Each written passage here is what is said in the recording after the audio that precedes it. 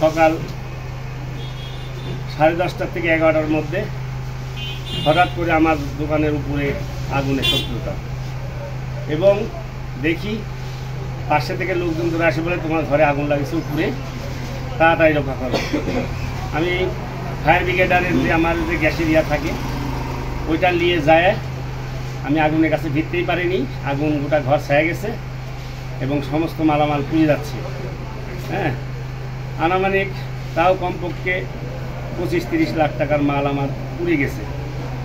এর মধ্যে fire brigade phone করার পর ফায়ার ব্রিগেডার আসছে, আসার পরে কিছু মাল সব ভিজে গেছে, আরও টাকার মাল ভিজে গেছে, সেগুলো সব মালটাল সব বাইরে বাই করা হয়েছে।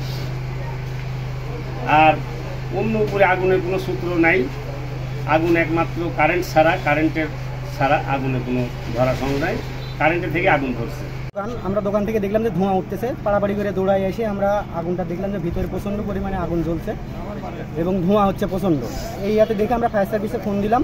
ফায়ার সার্ভিস বলে অলরেডি আমাদের টিম রওনা দিয়েছে, আপনারা আপনাদের কার্যক্রম চালাতে থাকেন, আমরা চলে আসছি। এই পর্যায়ে আমরা সবাই এলাকার জনগণ মিলে, দোকানদার মিলে, সবাই মিলে আমরা আগুনটা নেভাতে সক্ষম হয়েছি।